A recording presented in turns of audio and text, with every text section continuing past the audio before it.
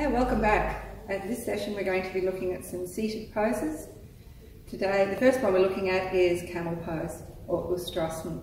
We have Philippa, my lovely assistant, sitting here in what I like to call simple hero pose. Not one I do very often because of my knees. I might just talk about this. If you want to sit in this pose but it's hard on your knees, we'll just come up. Philippa, can you just take your feet a little bit further apart?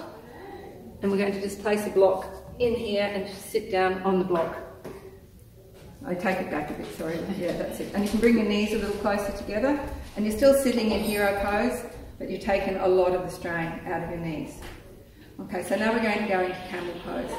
So the first thing we need to do is come up to a high kneel. I'll take the block away, so you can straighten your feet up again. That's it, so you've got your knees underneath your hips. The most important thing in this pose is to keep the hips over the knees as you go back. And also, this is a back bend. And people approach back bends by thinking they have to drop back into their back. One of the most important aspects of back bending is lengthening the front body. So before we even go anywhere, we want to think about lifting from the pubic bone up to the navel, and the navel up to the base of the throat, that notch at the base of the throat. Lengthen the front body. Okay, and then we're going to reach back. Philippa's going to go back, and she's going to see, she's coming back beautifully. See, the front body is opening beautifully, and the hands are going to come back. She's walking herself back gently. Now she's got her tops of her feet on the floor. This is great if you've got a lot of openness through your quadriceps. But an easier way to do this is come up again, Philippa, and put your toes on the floor. There we go. That takes a little bit of the strain out of the quads. But the same things apply. We want to keep the hips over the knees and the front body opening as we come back.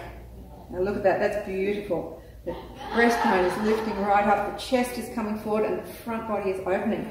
Because if we don't open the front body, we're dropping back into the lumbar spine. And the lumbar spine, which is this spot below the ribs and above the hips, is the most fragile part of your spine.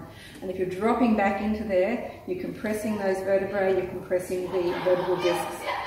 Beautiful. And if you're really flexible and your neck's really happy, you can tip your head up and take your head back. Oh, look at that. That is a beautiful example of camel pose. Thank you.